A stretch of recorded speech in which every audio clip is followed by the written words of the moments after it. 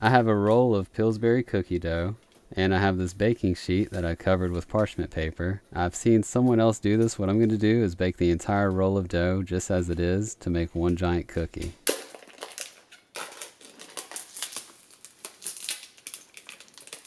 Here's our cookie dough. I'll put it straight on top of the baking sheet. Now I'll toss it in the oven exactly like this.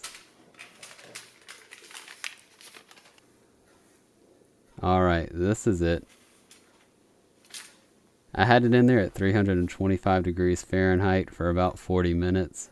I'll let it cool down, then we can take a closer look to see how it cooked.